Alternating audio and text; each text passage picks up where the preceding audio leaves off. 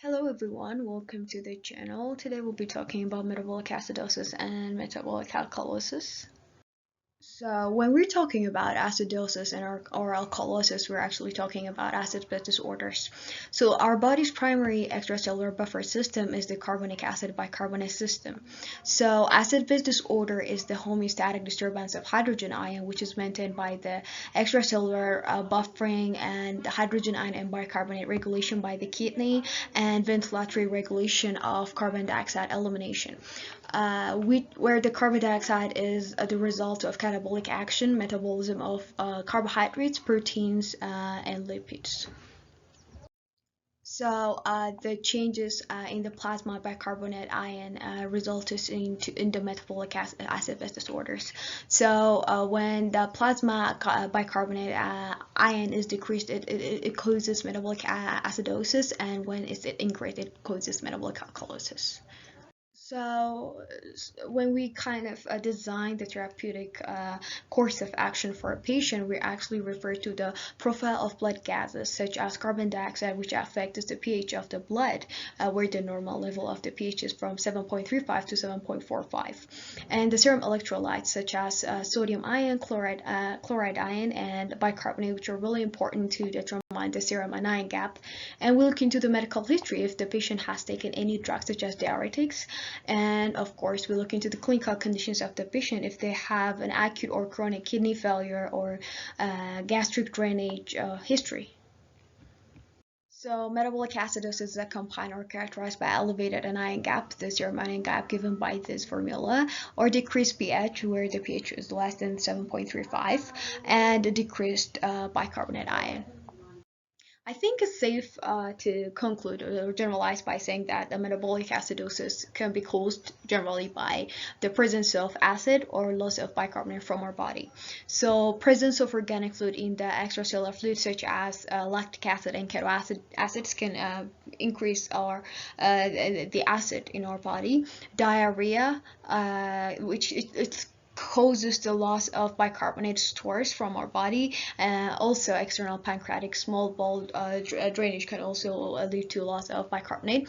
Drugs such as cholestyramine and magnesium sulfate can cause diarrhea, and calcium chloride, it is an acidifying agent, so it kind of build up the acid concentration in our body. Renal impairment, it leads to accumulation of endogenous acids such as sulfates and phosphates, and renal tubular acidosis, which can lead to an increased or decreased potassium level in our body, so hypo or hyperkalemia. Methanol ingestion, ethylene glycol ingestion also are causes for metabolic acidosis. Salicylate overdosage and starvation are also mentioned to be a cause of metabolic acidosis.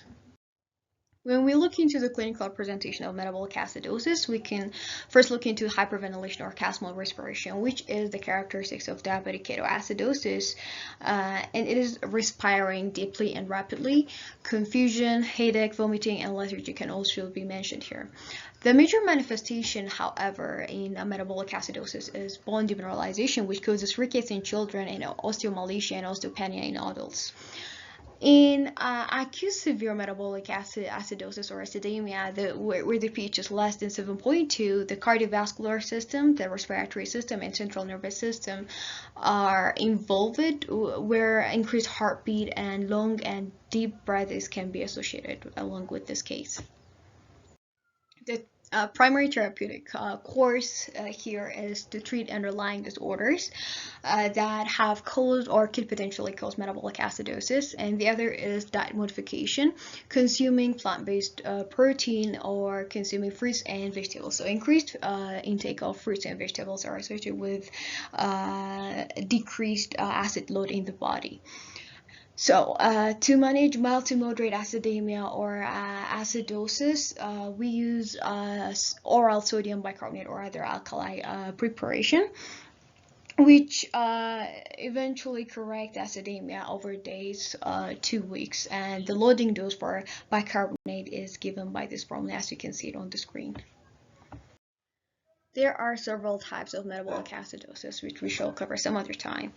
But to treat acute severe metabolic acidosis due to hyperchloremic acidosis, we administer sodium bicarbonate and tromethamine.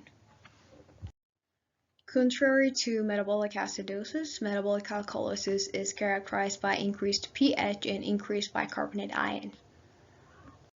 So the cause for metabolic alkalosis can be loss of hydrogen ion through GI vomiting or nasogastric suctioning, or kidney impairment that could be due to the use of diuretics or Cushing syndrome. And Cushing syndrome, that is overproduction of cortisol hormone in the body, or it could be the gain of bicarbonate ion.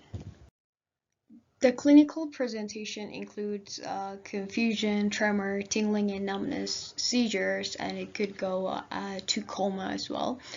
Complaints about the symptoms of underlying disorders such as the postural dizziness with volume depletion can be the clinical presentation of alkalosis.